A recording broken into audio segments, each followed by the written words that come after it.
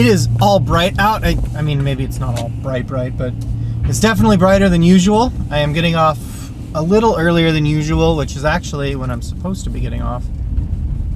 I took a super long lunch today, but I think it'll all come out in the balance because I ended up at work super late yesterday.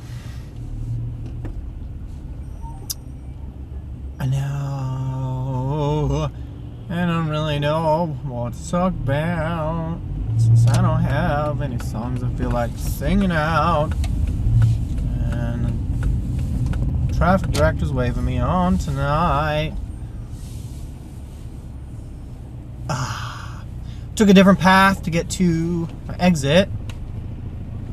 Slightly different. You can't really tell. I mean, unless you can. Like, are there people out there who are studiously watching? No, because no one's watching. But let's assume we're in the future now and people are. Are people studiously watching my videos and trying to figure out my path home by, like, tracking all my turns? That would be weird. You're creepy if you're doing that. Creepy weird.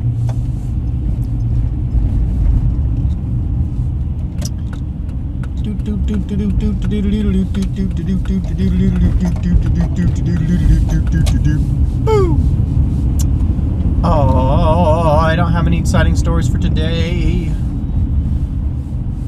Microsoft be all kinds of 7 degrees of cray cray.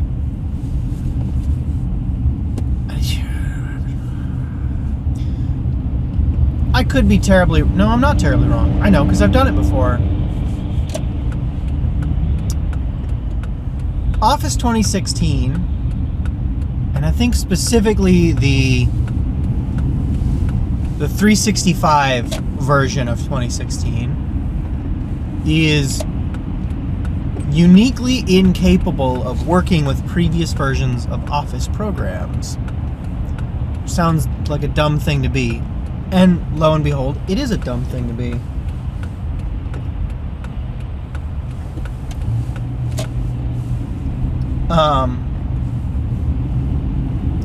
Today's issue having been dealing with upgrading Office when there was a standalone installation of Project 2013 on the computer, and so if you try and install Office 2016, it goes, well, we're gonna have to delete Project and you can't put it back on. Why? Standalone software. I've had 2013 installed on places where I've had Project 2007, like, and so 2013 is not allowed. What are you guys doing over there? Making a giant mess. I guess if you have your standalone Office product associated with a Microsoft account, and you can get that Microsoft account associated with an Office 365 license, then you can upgrade your 2013 standalone product to 2016. It's stupid. Why is it incapable of working with old versions? Why is this a new thing? And another thing, no, I'm not going to keep complaining about stuff I think that Microsoft did wrong. Oh, it's big, it's complicated, and it is what it is. Oh, and coming to a complete stop is what we're doing right now. Woo. Everything's going to a complete stop, so that's wild.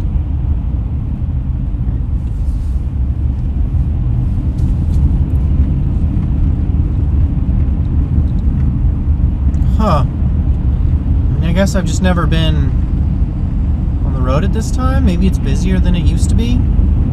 What kind of used to be? I've only been here for like a year. And change. Still. I've been here for a year and a half.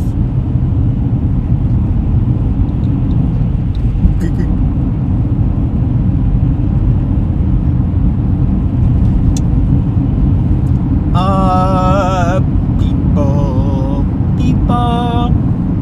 Gotta check my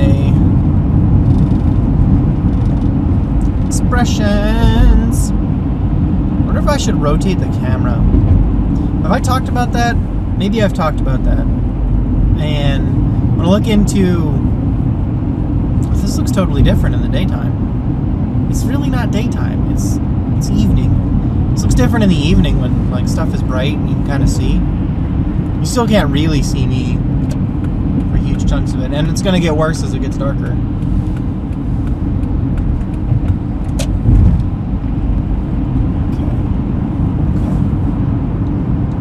So used to it being so much later, I forgot what it's like when there's like traffic on the road and stuff. Not that it's a bad deal. Travel time is the same.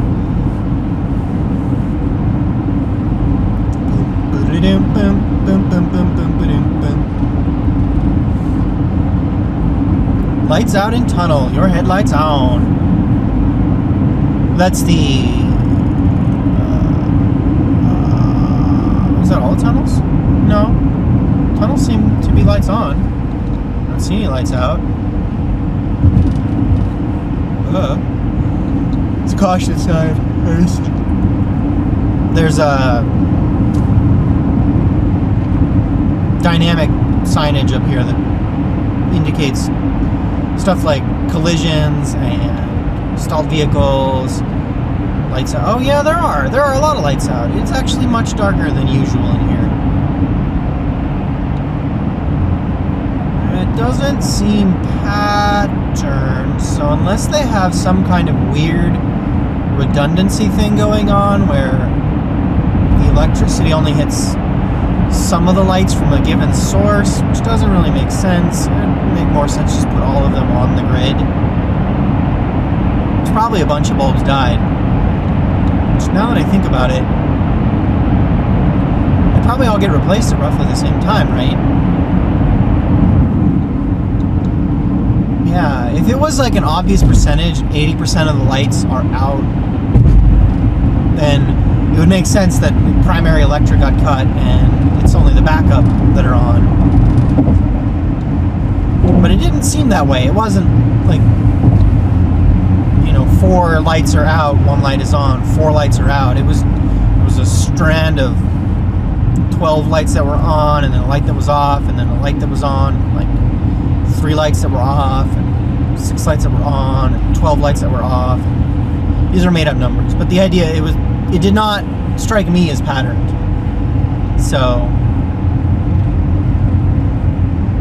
I don't know what could have caused that.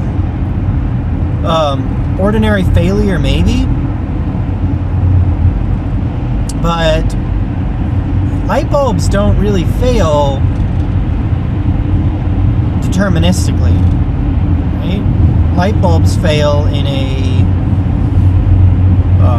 I'm clenching my eyes because my glasses are slipping. Light bulbs fail in a stochastic manner, so it's kind of... It's more statistical than deterministic, so instead of saying this light will fail after 3 years, it's on average these lights fail after 3 years of use, give or take some distribution values. So you wouldn't expect them to all fail at once. That's actually the opposite of what we expect. We would expect them to, if they all got put in at the same time, start failing 1 or 2 at a time until lots of them start failing. Oh, maybe that's what happened. Well, but over time, right, that would distribute. Because your first failure would happen on your distribution curve. First failure set, so 1 or 2 would fail, and then 1 or 2 more would fail, and then 4 or 5 might fail, and it would sort of start, the amount that fail at any given time would grow until you reached a crest point, and then the amount that failed would decrease, roughly, is what we would expect to see.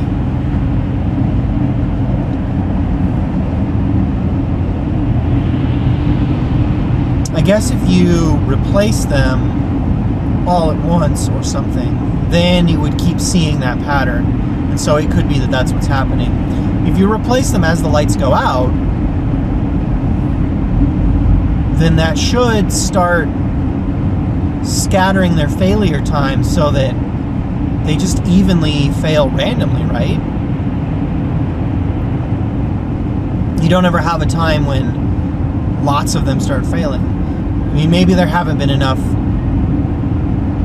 versions or iterations of it to make that distribution smooth out, or maybe I'm looking at it totally wrong. Maybe my statistics are way off and I don't actually remember how distributions combine. That's the other option, is that possibly I'm just looking at it wrong, and it would actually happen how we are seeing it. We would expect it to happen how we're seeing it, because how we're seeing it is how it's happening. But if I have the cause wrong, then that would be it too.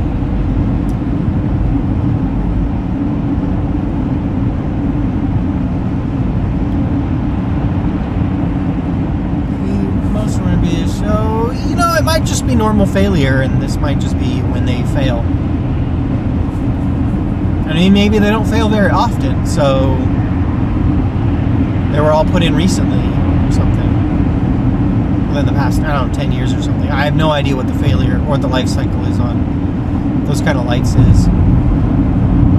I would imagine it's pretty good, right?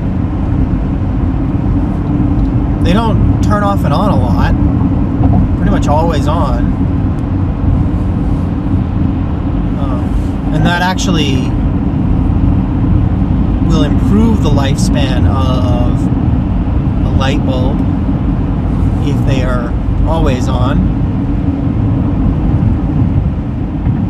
In terms of hours of use, in terms of hours of light, turning them on burns a lot of the extra, or a lot of their lifespan. It burns a lot of extra energy.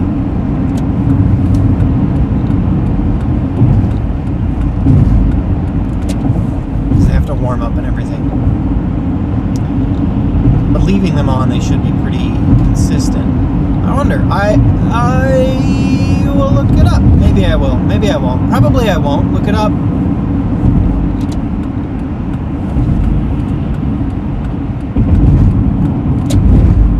Yeah. So, you know, there you have it.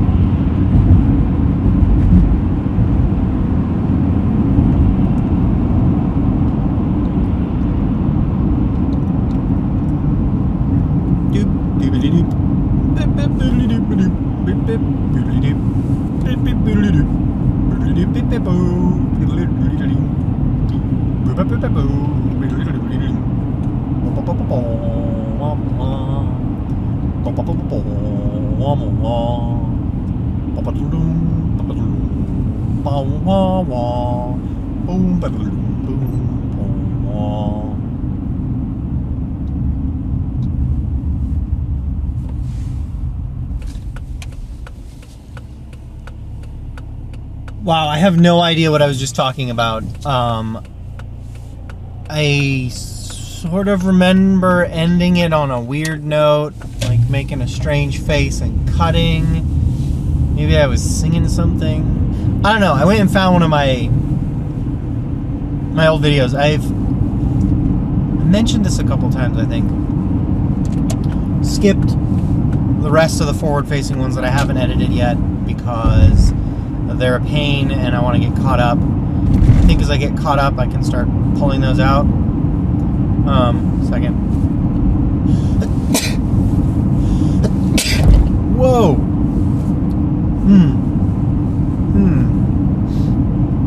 Oh, okay. I need to get back to practicing my didgeridoo, which is unrelated, but I guess shaking my brains up, put my thoughts back into a different order. Sure, we'll go with that. I pulled out my didgeridoo and started playing, and I'm way out of practice. Way out of practice. And it's the sort of thing that you don't think, whoa, I'm out of practice, until you do it, and you're like, ugh, what was that sound? Except, not really. I mean, it's a didgeridoo. It either sounds sort of uninteresting, or it sounds great. Like, the scale runs from sort of uninteresting to great. It doesn't blat like Western brass instruments will. Like your European brass it doesn't make weird flat noises that sound awful and out of sync, because it's supposed to sound kind of jarring like that, right? So it either sounds kind of meh or it sounds great. And it came out really meh. So I need to practice more. And then I'll put up a video of me playing, and then we'll have a video of me playing the ditch. You know, if that's what you're into. And if it's not what you're into, well, I mean, it's YouTube. No one's making you watch it. And if they are, you're a monster. Don't make people watch this. They should watch it if they want to. That's right. It's all about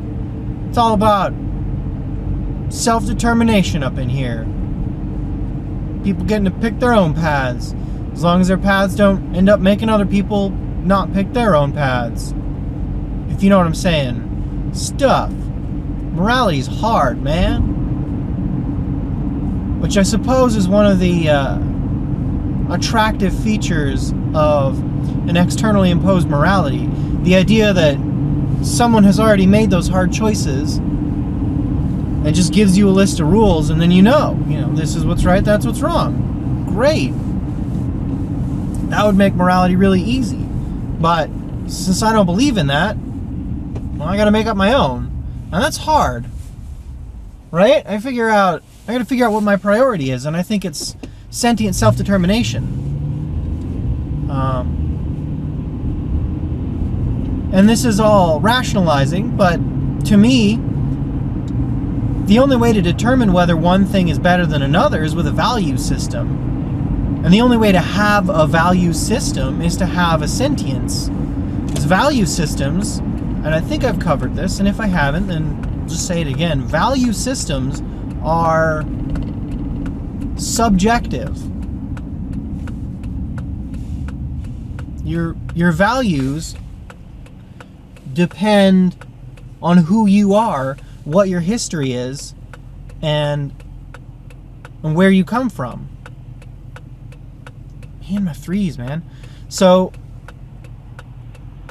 without a sentience to impose a value system, there is no value system. So you can't prioritize one thing over another. You don't have anything to prioritize against, right? You don't have anything to say this is better or that is worse. So to me, the first priority has to be that a sentience is able to impose a value system. It strikes me as almost like tautological, right? You can't... A value system requires a value system. So that to me is why I feel that I'm a transhumanist, right? That's why I define myself that way. Is because my first priority is that sentient beings are able to self-determine.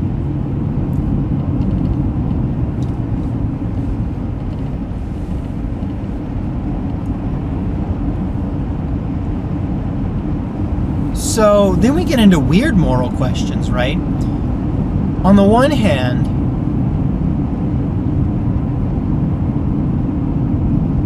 in general, your freedom to swing your fist ends at my nose. Where one sentience's self-determination starts conflicting with some other sentience's self-determination, and we have, a conflict of morality, and we have to determine what we can do to get around that.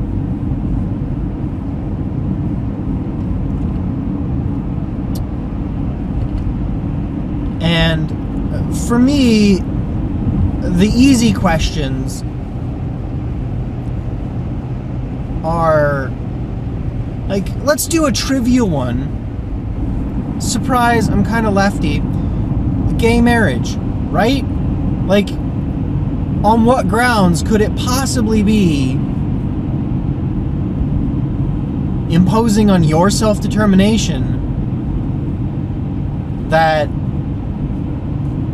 the legal bonds of marriage are not restricted to any particular gender configuration. Right? So moving on to actually hard questions. What about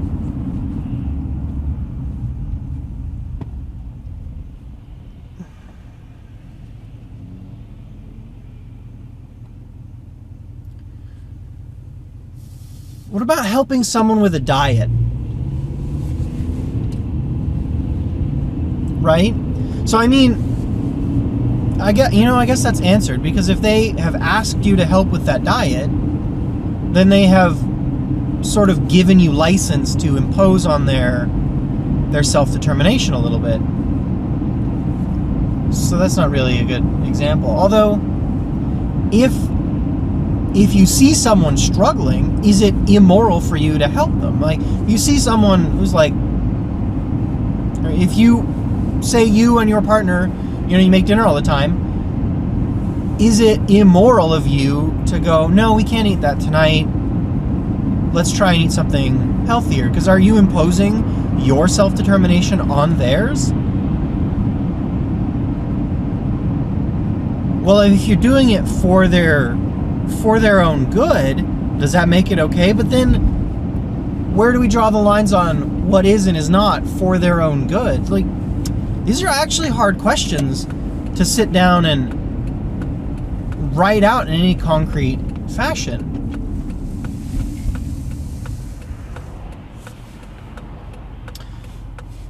I mean, they're really easy, or they seem intuitively easy for me to say, well, when it's too much, you can tell, right? And you can tell, but could you write that down?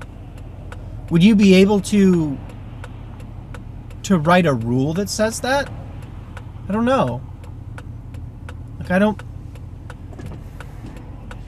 What is for their own health? Or for their own good? Because you have to be careful when you write these rules, when you declare them, because would it be moral, right, I need to stop saying that. I need to stop injecting those words. Would it be moral to have a matrix scenario with sort of a human paradise instead of the generic city that they have?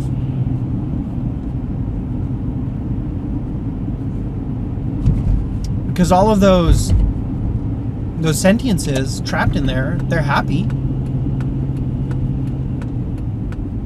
But we've broken their self-determination. And their self-determination might easily be for them to be happy. Is it wrong to stop someone from tying themselves up and plugging into a simulation like that for the rest of their life? Is it immoral to stop them from doing that? I don't know. And I kind of want more time to talk about this. So I say this a lot, but we'll come back to this. I think we're trying to forge an ethics system here, so we probably will come back to this. Have a great night. I will talk to you next time.